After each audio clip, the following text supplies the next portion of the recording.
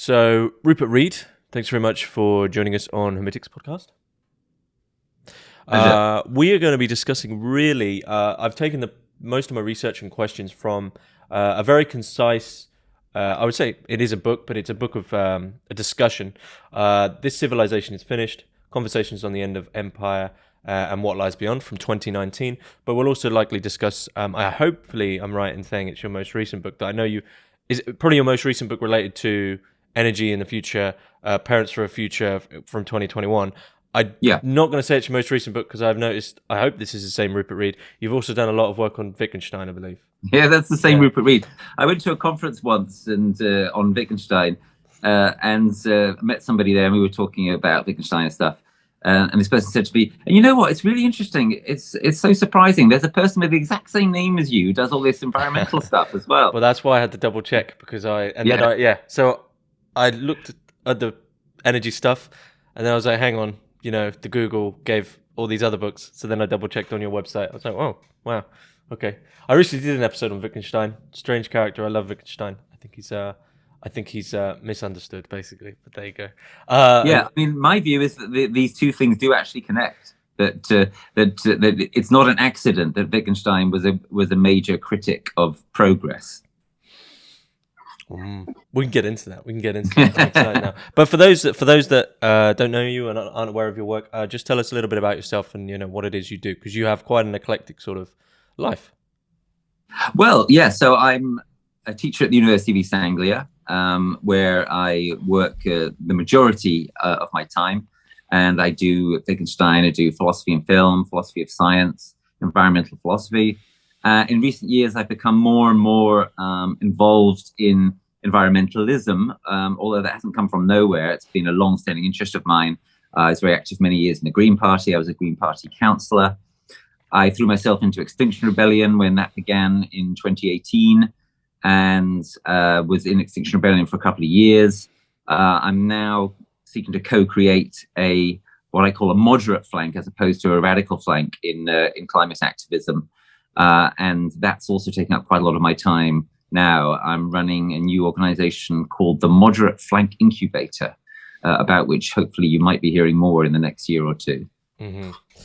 I mean, I will say now that the mention of Extinction Rebellion, I will say that I think I did email this to your you did? Yeah, your secretary, that I'm a huge critic of Extinction Rebellion. I know you've moved away from it, but I will just say that for the people watching this for the first time, my long-time fans, they're probably like rubbing their hands, looking forward to this conversation now that you I should say we were with Extinction Rebellion, and you have openly written about why you moved away and things like that. But before we jump in with all of this, and I mean, this is always more interesting. This question is always more interesting. The conversations which are a bit more open-ended and not about a specific thinker. I have to ask you the Hermitix question. You can place 3 thinkers, living or dead, into a room and listen in on the conversation. Who do you pick? Well, one of them I would definitely have to have as Wittgenstein, my sort of main man in philosophy. I think it'd be fascinating to take part in or listen in on a conversation between him and Shakyamuni Buddha, who is another big influence of mine. And in terms of somebody living, that's a tough one. I know I don't have to pick somebody living, but I would like to if I can. I might pick someone who's just very recently died. My friend and my late friend and colleague David Graeber, who, in my opinion, is one of the relatively few true geniuses that I've had the honor of meeting and spending time with. His recent book, The Dawn of Everything, with David Wengrow, I would highly recommend to people if you want to understand why I'm inclined to use that word genius. So I think a conversation between the Buddha of Wittgenstein and David Graeber would be pretty fascinating. Did you see a common thread? Well, I think they're all seriously interested in, well, to put it in a big word, enlightenment.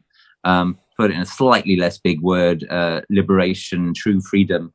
My most recent book on Wittgenstein is called Wittgenstein's Liberatory Philosophy. And in that book, I argue that Wittgenstein is a thinker who's trying to free us up from mental traps that our culture and our psychology hatches on us.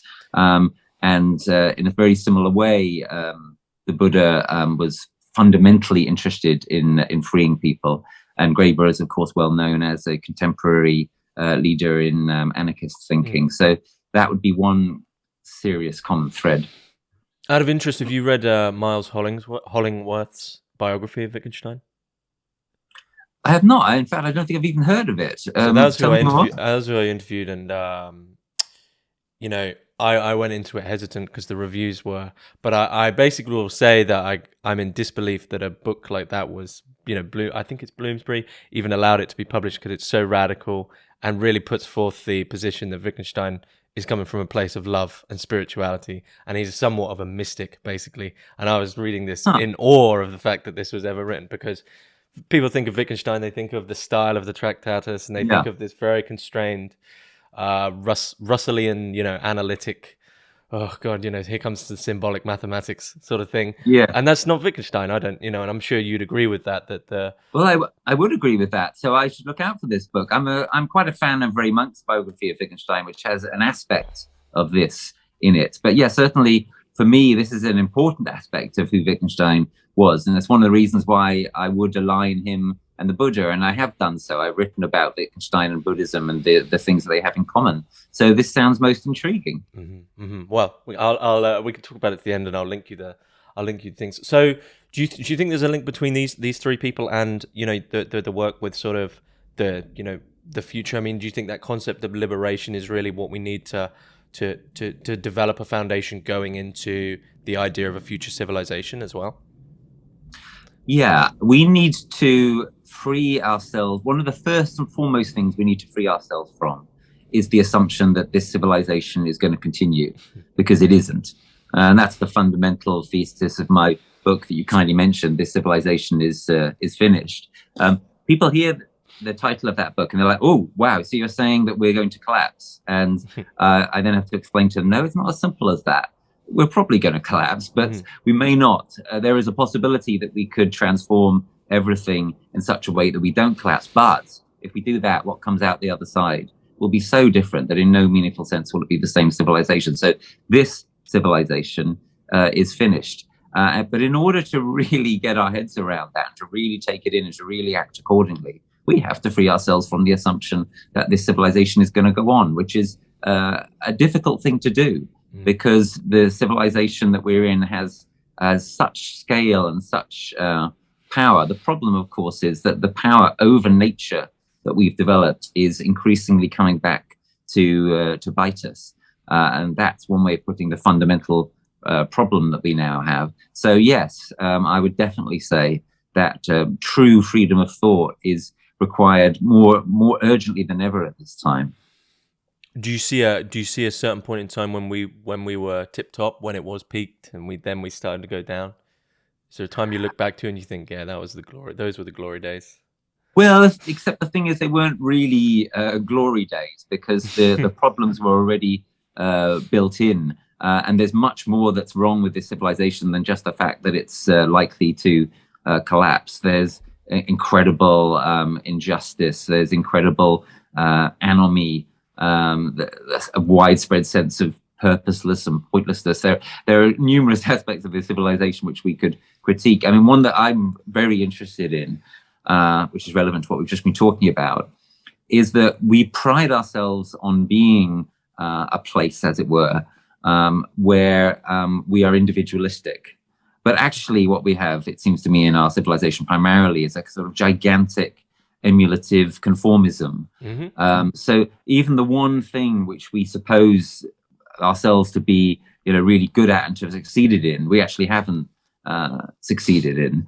So I would like to imagine a future where that has changed. And when I'm thinking, when I'm trying to answer your question of, you know, was there a glory day, I would say no, because the time when we were sort of closest to living to some extent within planetary limits, while being within the kind of general assumptions of this civilization, the 1950s, 60s, early 70s, was a time when that kind of conformism was rife. And I include the 60s to quite a large extent in that, because what actually happened was that the supposed counterculture became commodified and just another route for conformism and consumerism. So I'm afraid I have to say that there never really was a glory days. But as I say, there were some aspects of the way that things functioned in some parts of the world, including notably, for example, in Scandinavia, a couple of generations ago, which were kind of quite sound, which we have moved away from. And that's why we're hurtling so rapidly towards the edge of a cliff, or as I like to actually put it, we're not really hurtling towards the edge of a cliff. We're actually off the edge of the cliff. We're like one of those cartoon characters whose legs kind of go in the air after they've come off the edge, and people are starting to get to the point of realizing, oh wow, we better look down and then look up. I mean, there's a big question off that, but one comment, I mean, what you've said about individualism, I think somewhere I believe you do cite the work of Ted Kaczynski. And, this is his thesis, which is fairly biting, especially for people who are more of a left-wing position, where he says, look, there's no such thing as multiculturalism. There's no such thing as diversity. What globalism or whatever you want to name, whatever this thing is, has done is subsumed all cultures, all peoples, you could even probably go as far as religions now and faiths, into one sort of middle-class consumerist culture, where all that's left of certain cultures is really things that can be commodified. So we often see that, I don't know, Asian culture is defined just by Asian food, right? And it doesn't really actually blossom out into the culture in any distinct way. So you just end up with this sort of, as you sort of mentioned, not on exactly the same lines, but this homogenous idea that we are all individual. Really, when we finally look around, we go, well, it's the illusion of choice once again, right? It's like, all right, your choice is the difference, but which Marvel movie are you going to watch this week? That's your choice. Yes. Yeah, I think there's a lot of truth in that. I think that the picture you painted, which draws from Kaczynski, is a little exaggerated, but I think the broad outlines of it, there's a lot of truth to them. I've got into a lot of trouble for mentioning Kaczynski. I mentioned him in a footnote in This Civilization is Finished. My editor, Samuel Alexander, said, look, why don't we not include that? Because people are just going to pick it out and fight over it. And I said, well, if they really want to, then I'm prepared to have that fight, because what I do believe is that, the thing which astonished me when I finally read the Unabomber's manifesto was Ted Kaczynski's manifesto, was that quite a lot of it makes incredible sense, and that is just a fact. That is a fact that will confront anyone who is open-minded enough to be willing to read it. It's a brilliant critique of our civilization. It's a brilliant attack on much of what passes for the left, for example, and so has his more recent work been. And you don't have to admire his methods to admire the fact that some of this writing has a power which is rare. So I thought it was only fair to mention him in that footnote where he was relevant, and to take the consequences. And I'm prepared to carry on saying, I have no admiration for Ted Kaczynski, the terrorist, but I have quite a lot of admiration for some of the bravery of his writing. And even he, I don't think in his writing really he doesn't condone what he did. That's sort of this weird it's separate. The writing is well, like I say, it's a really searing critique of our civilization and of most of the movements that have sought to change that civilization. Okay, so you gave this metaphor of sort of Wile E. Coyote running off a cliff, legs spinning in the air. And you also said right at the start about the idea that once we're sort of beyond this civilization, I mean, the title of your book is quite deterministic, right? It's not the civilization is finishing, it's the civilization is finished, right? We're past the point of no return, we're over the cliff, we're in the air, we don't want to look down. One thing I would say is that, do you think that the alterations that need to happen, this idea of liberation, is really the realization that the cliff is illusory if only we realize that we're living in a complete anomaly? Right, so it's like there is no such thing as a cliff. But first you need to realize you don't get to jet set all over the earth, 10 times a year. You don't get to have like new cars every year. Like, this is an anomaly. But we want to continue, but also just ignore the cliff. We want to have our cake and eat it too, basically. Yes, I think that's really well put, James. I think that it's very hard for people to. It's very hard to attain freedom here, because it's very hard for people to give up what they're fundamentally used to, especially when that includes all sorts of comforts which they've been educated, taught, told to more or less take for granted. You say that my picture is deterministic. I mean, what the element which is deterministic is the sense of there are quite a lot of things now which are no longer possible. So one of the things which is no longer possible is for us to have some kind of smooth transition to a new civilization or a new kind of quasi-stable state. The road ahead is going to be incredibly bumpy. But what I also seek to deliver is a great deal of agency, partly through this concept of liberation. I think that we can choose between these different potential futures, if we're brave enough to do so. We can choose between collapse and transformation. We can also choose whether or not to seek to seed something good from the collapse, which now appears likely, or not to bother, or to seed something bad, for that matter. These are vital existential decisions for us as individuals, and more importantly for us as collectives, and for us, if you will, as a civilization. The consequences are going to be highly consequential. We're in the age of consequences.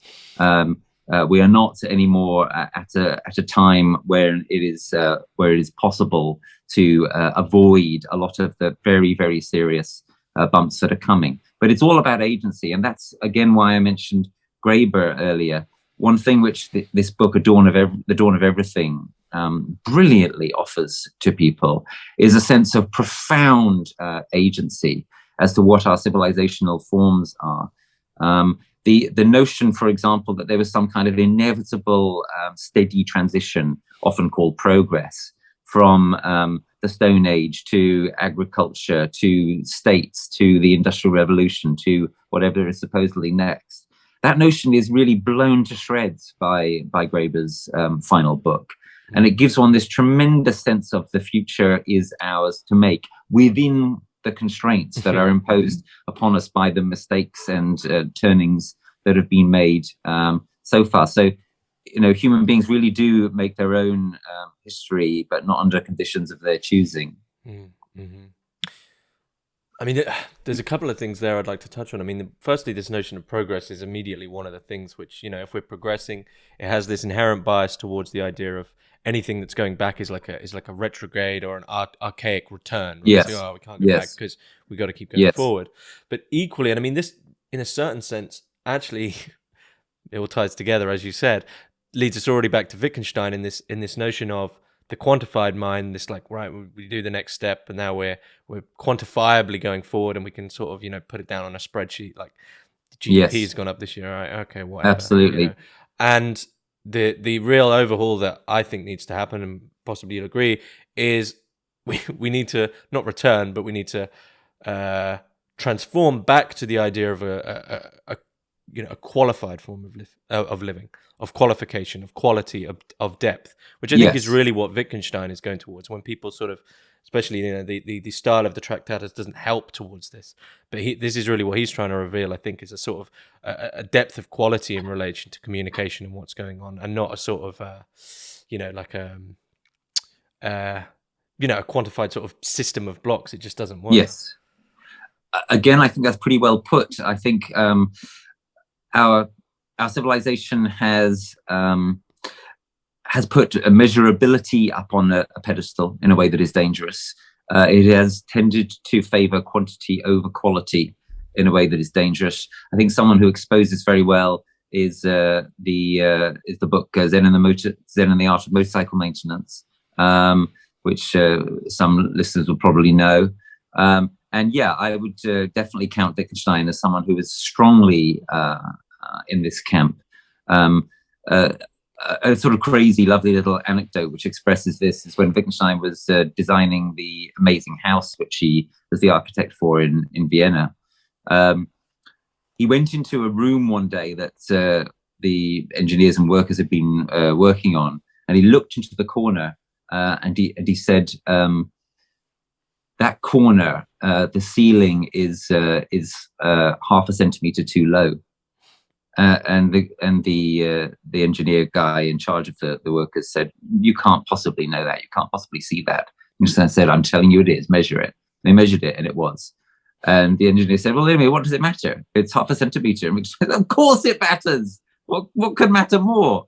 And you might say that's going a little bit too far, but it's an anecdote that sums up beautifully what is so obvious to anyone who's ever been to that house or seen good photographs of it. I spent quite a bit of time there, and it's an amazing place. The absolute drive for a kind of perfection, for a real, absolute leitmotif of quality. You mentioned the Tractatus in that regard. I would say that one way in which the Tractatus kind of does express that is in its very form, is in the sort of architectonic structure of it. I think there's a kind of similarity there. There's a sort of similarity between that book and Wittgenstein's house. Yeah, that's a fair comment. It's a fair comment. Absolute perfection, which he never was able to explain to anyone, unfortunately. Well, he felt he couldn't anyway. Yeah. That's what his life's work was about. It's the old Beckett quote: "Try again, try harder, fail again, fail better." Is it Beckett? Could have been Beckett. Yeah. In relation to that quote, what do you think? What do you think we're doing in relation to the future with that? Try again, try harder. Are we pretending that we just don't ever fail? That all innovation and all progress is, I guess we are pretending that. We're living in an illusion of the next iPhone is of course better because we've put a bigger number at the end of it. Well, for me, the really, let me put it this way: that the time that we've entered into is a time, as we said, of consequences. It is a time when more and more people are just starting to realize, my God, there are no adults in the room. No one's got this covered. We could actually go down here, and they're right. One big moment of this, which is now coming very imminently, and I've been writing about it, advertising it, as it were, is we are about to get to the moment where people realize, oh my God, we are not going to stay within 1.5 degrees of global overheat. The limit on global temperatures, which we were told was the limit of the safe zone, we're not going to stay within that. This is an absolutely almighty, unrepeatable fail on the part of our governments, but actually, of course, on the part of everybody. We can't just blame our governments for it. It's the fault of climate scientists as well. It's the fault of activists. But above all, I think the biggest responsibility of all falls on governments, plus, of course, lying climate deniers and so forth.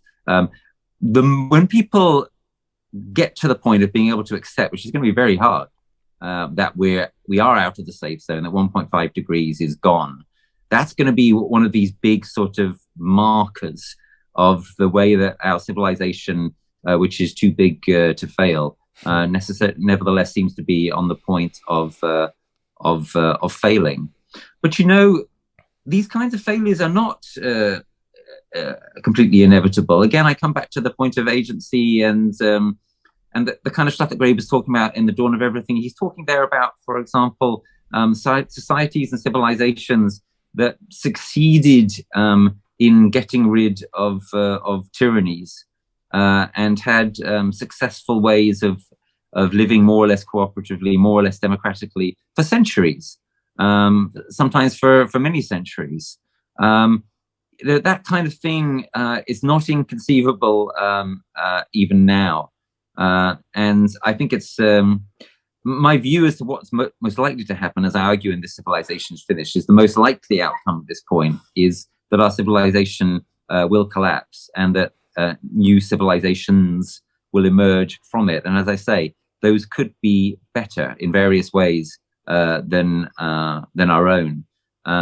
Take the way that Flannery discusses this in his amazing book, The Future Eaters. Isn't that a great title? The Future Eaters.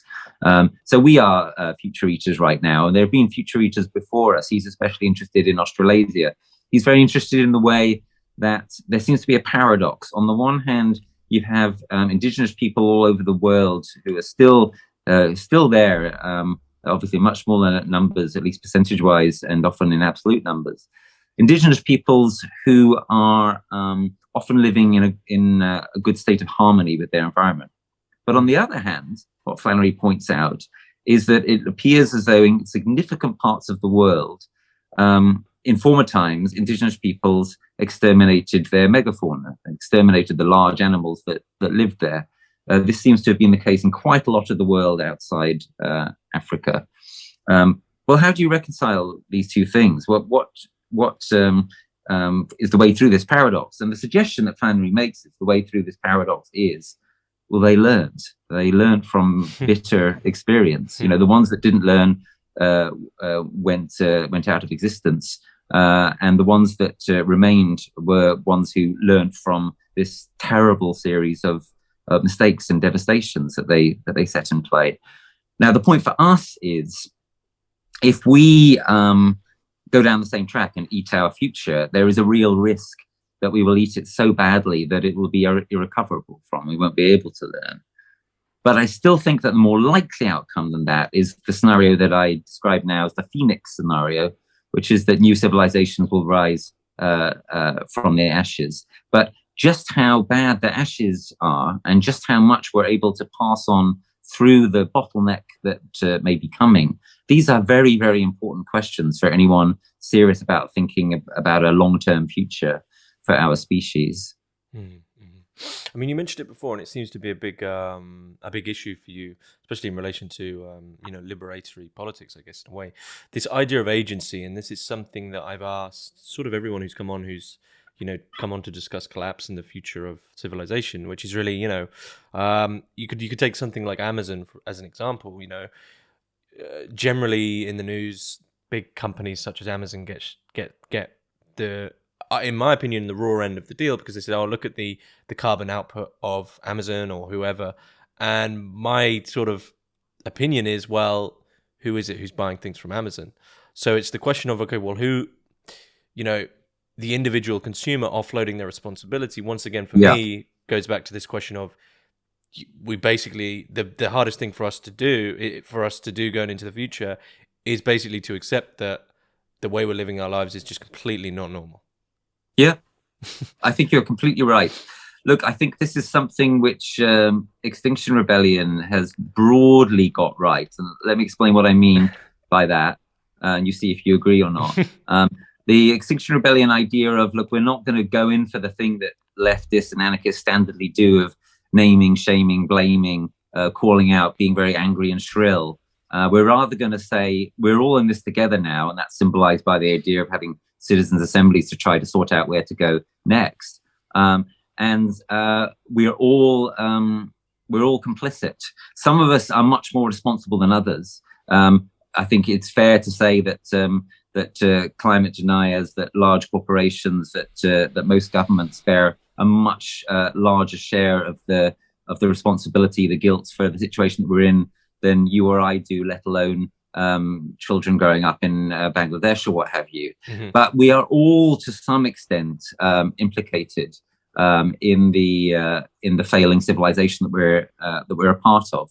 And I think there's something quite kind of mature and adult about that. And that was the sense in which Extinction Rebellion invited people to come to the table and suggested, what if we were to empower citizens together, all citizens, to sort this out? How are we going to get through the bottleneck which is looming?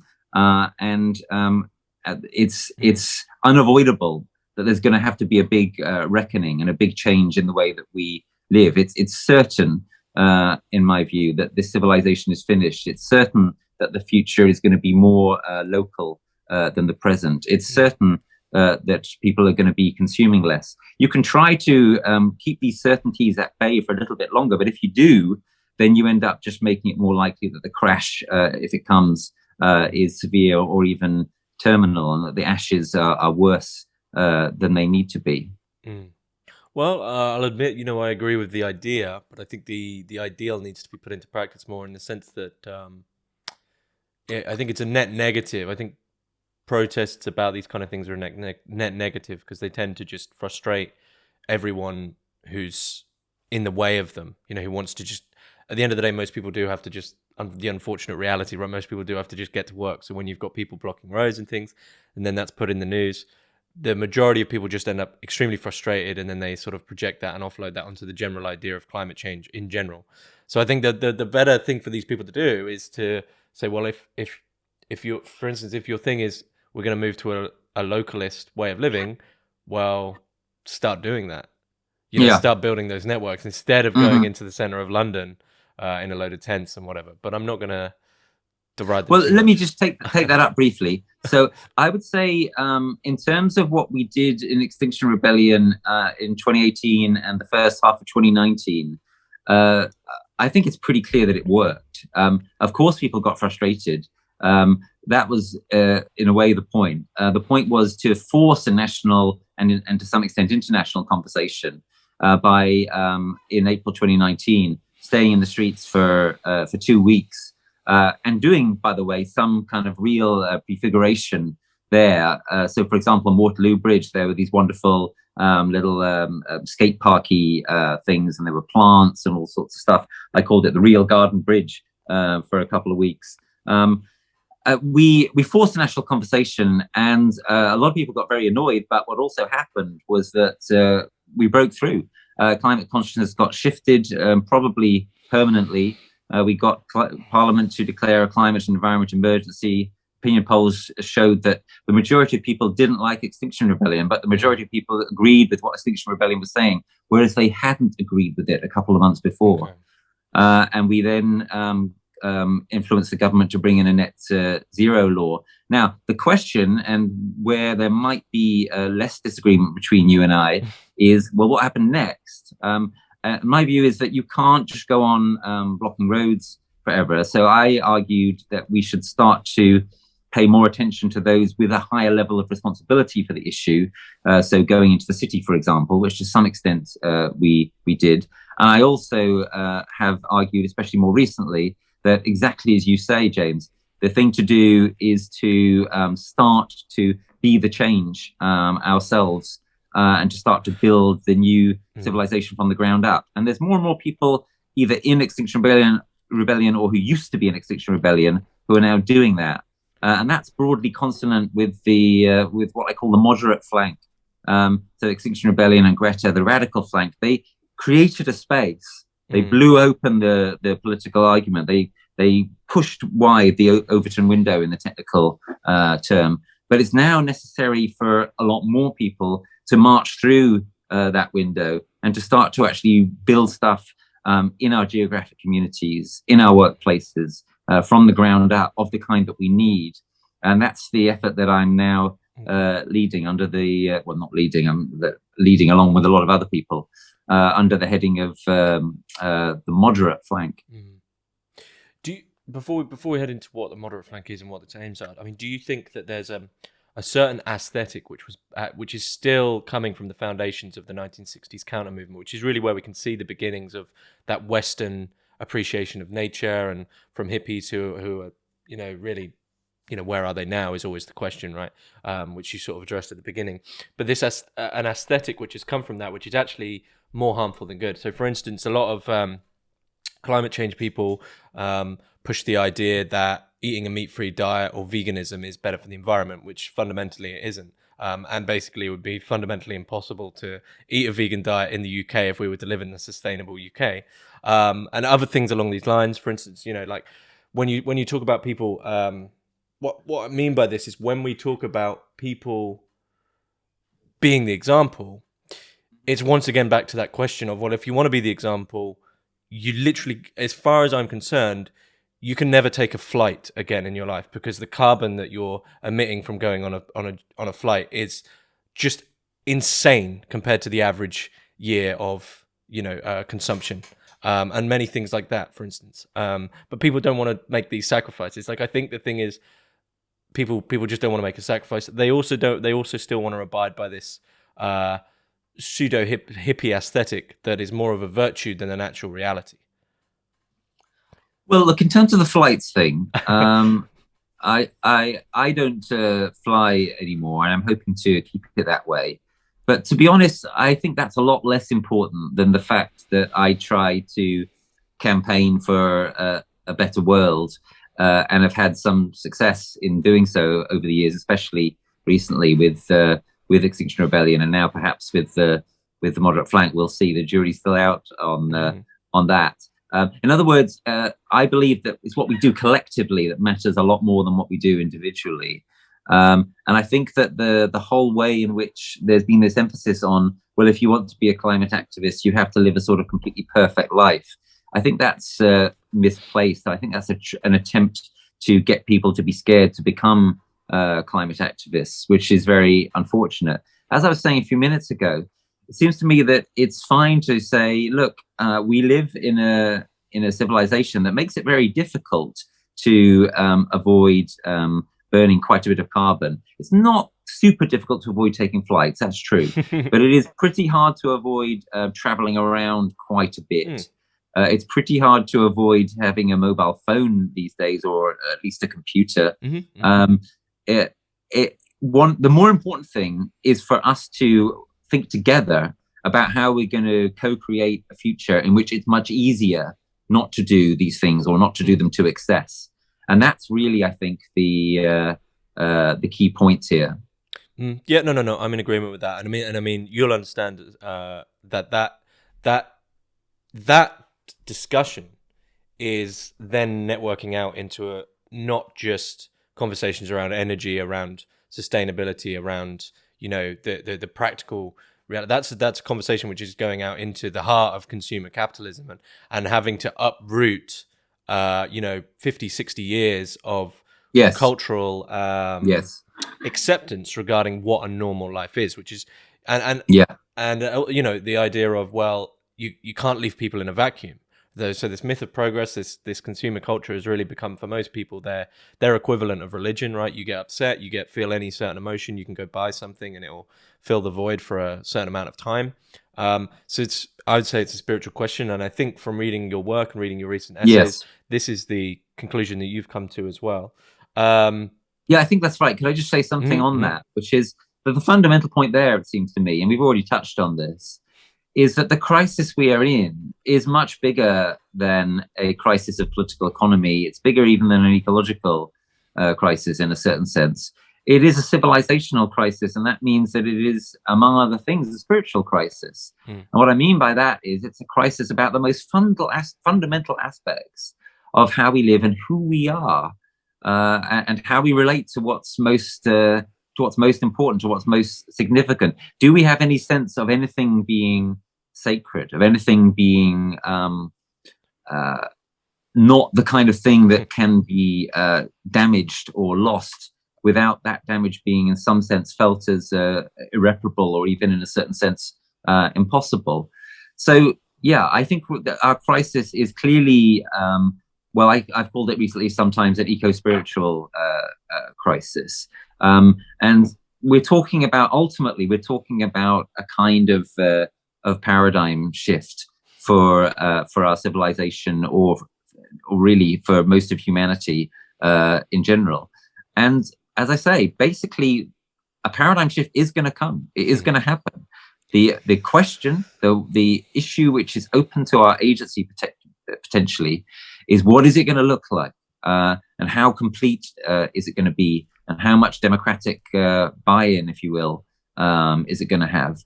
And these are intensely interesting and important questions, which we all can and should be taking part in and seeking to address. I mean, I fall on the pessimistic camp of that paradigm shift with regard to, this idea of a spiritual crisis, especially. The death of God has been around for a long time, but I think it's finally solidified, probably since really the 70s and 80s was when it finally really solidified itself in culture as something where it's acceptable to say, look, I don't believe in God, I don't believe in anything, or I'm even a nihilist, or nothing means anything, etc. And so it's the first time in human history. I mean, if you read something like Mircea Eliade's History of Religions, I mean, since recorded history, man has had gods, he's had a higher thing to, well, it doesn't matter that I can't afford the sports car because I've got this higher goal, and it doesn't matter that I don't have nice things or whatever.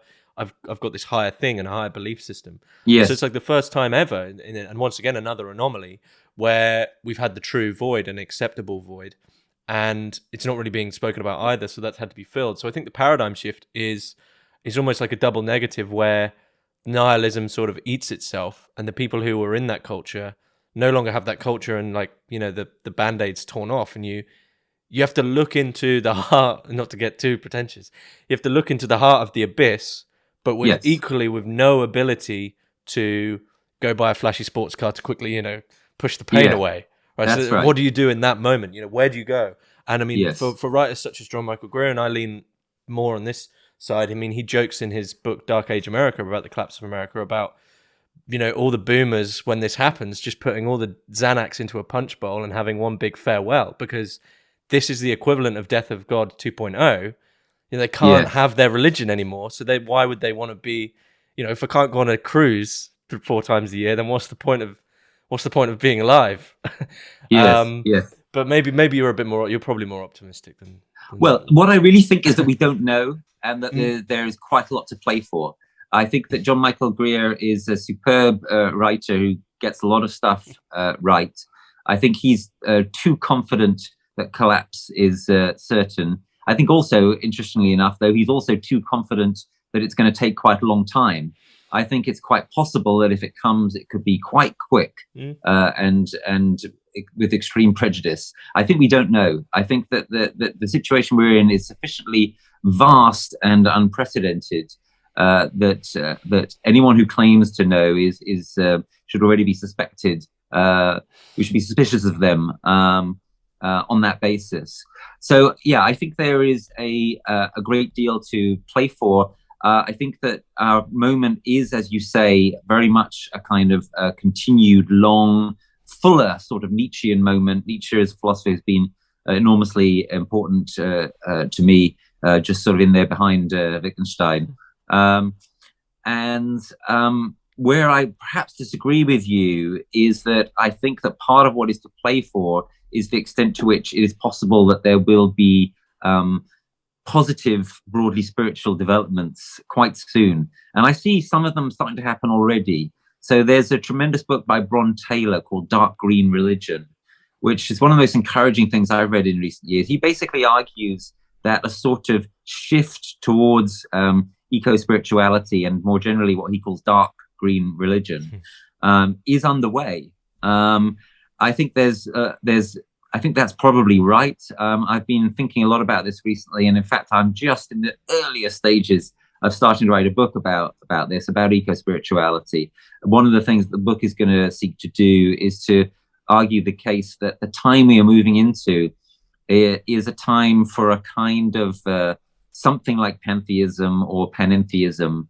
I think that something like that will grow in its attractiveness over the next generation or so. I think that as things get very tough, which they will do across increasing percentages of the world over the next generation, that is certain, even if we do a lot of things right, because a lot of the climate situation and the pollution situation, there is stuff that is determined. There is stuff there are delays, there are lags.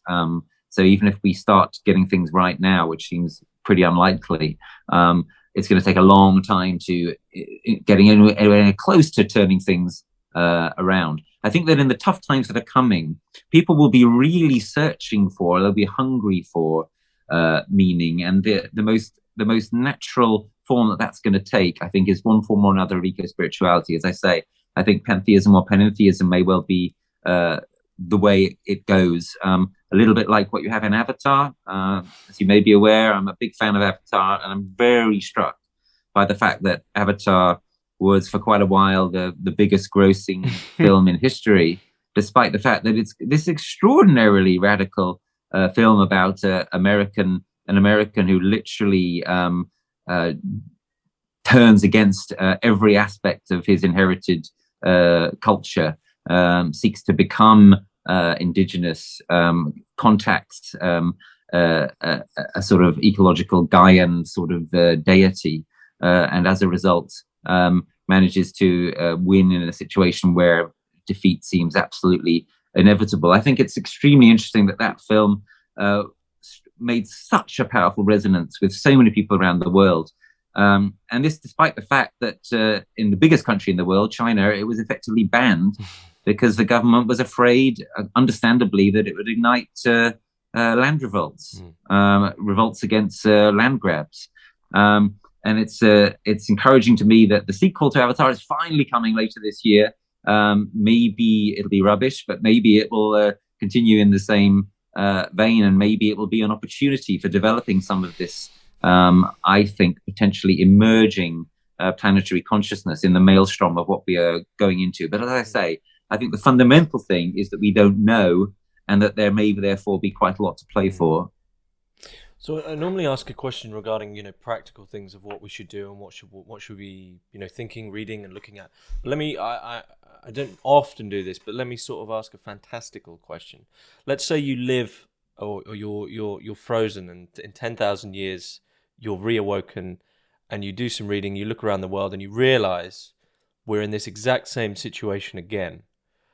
What would you say and do for those people to try explain to them, look, because the way you phrased your book is very Sprenglerian to me. This civilization is finished, and I think that when you really look at it in this long time scale, you think, okay, we'll solve ourselves now, but are we going to find another equivalent of oil? Probably not likely, and then we keep doing this cycle as humans. Yes. To put yourself in that position of a new cycle, of a new civilization, which is now doing the same thing again. I mean, what would you say to them? Yeah.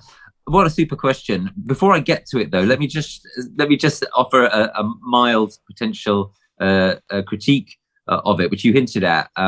It's going to be, if we do have a very severe collapse, it's going to be pretty challenging to resurrect anything like what we've got now, because part of the way that the Industrial Revolution got started is that there was oil and coal and so forth relatively near the surface. And in relatively good quality, and metal ores with quite high content of the metal that you wanted, etc. Well, we've used up all of that.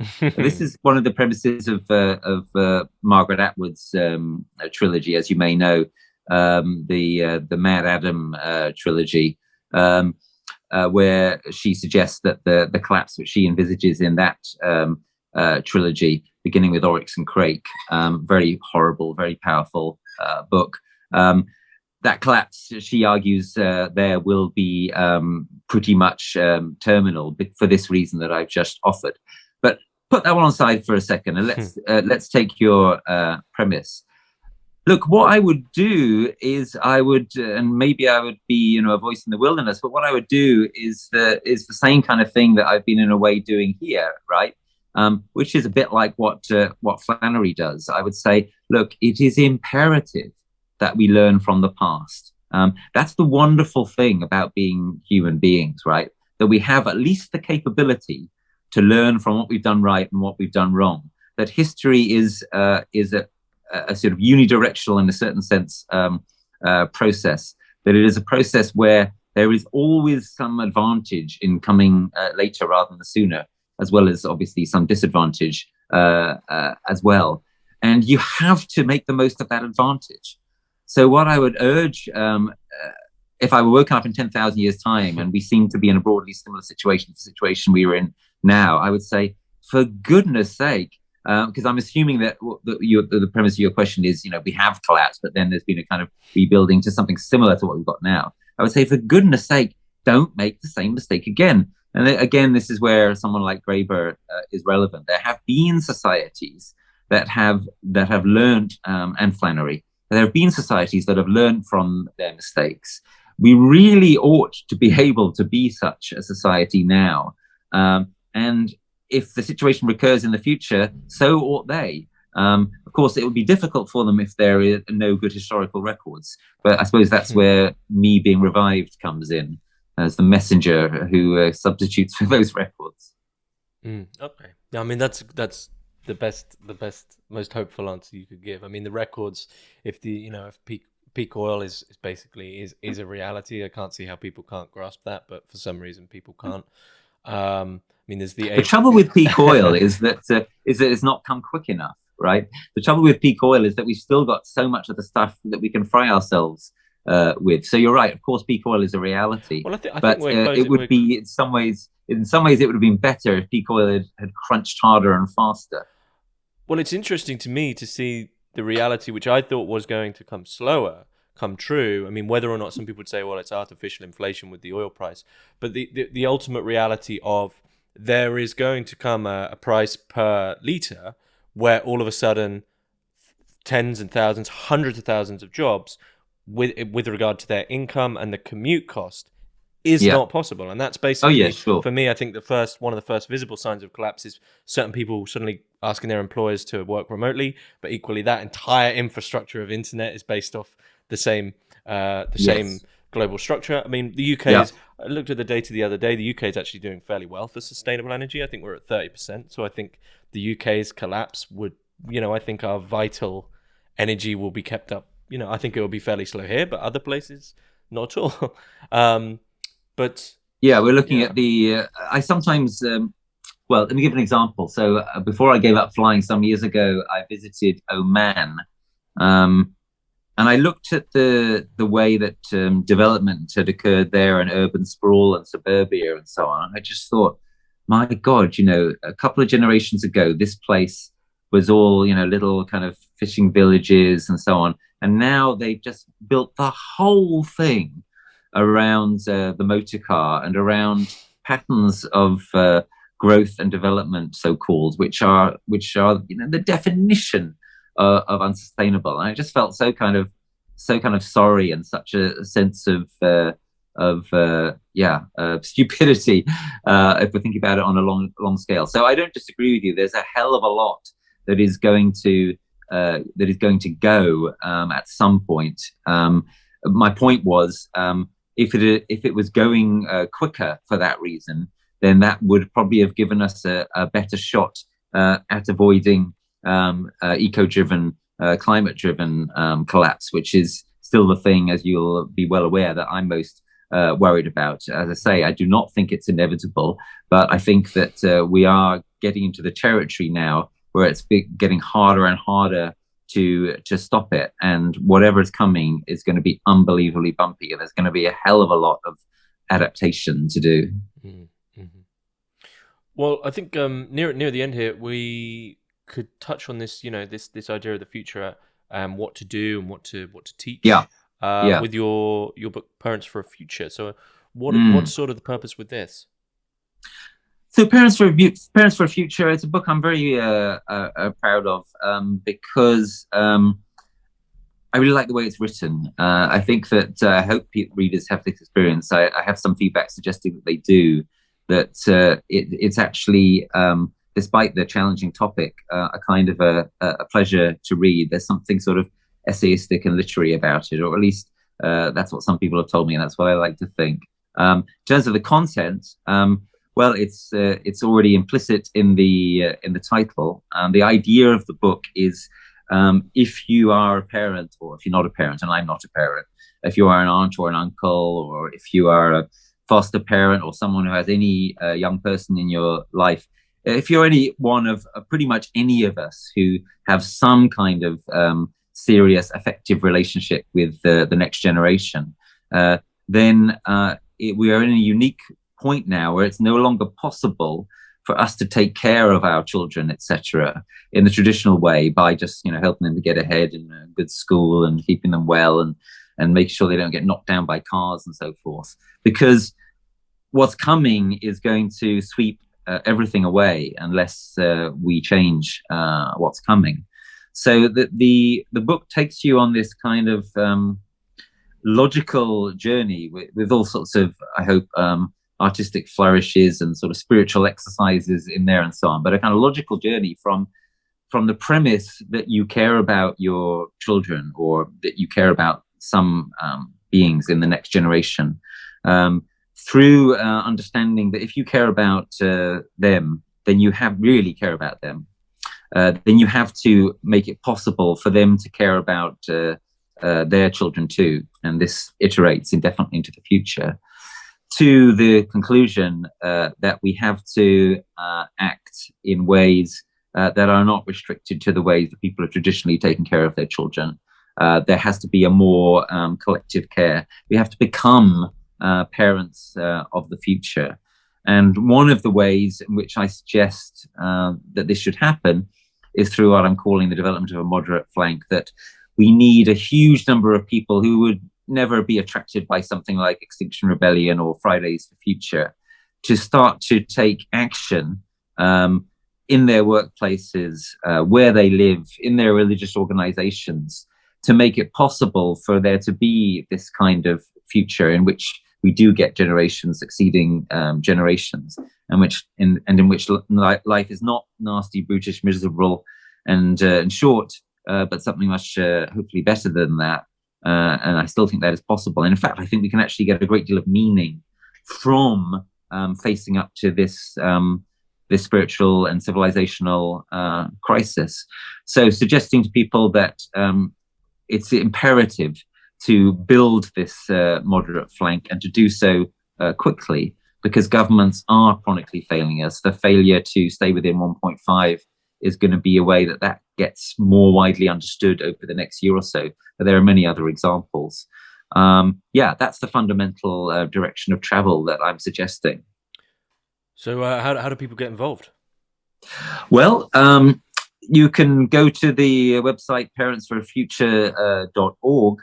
But in terms of the broader trend towards a moderate flank, really what I'm asking people to do is one of two things: either to get involved in organizations that are already out there or that are already beginning.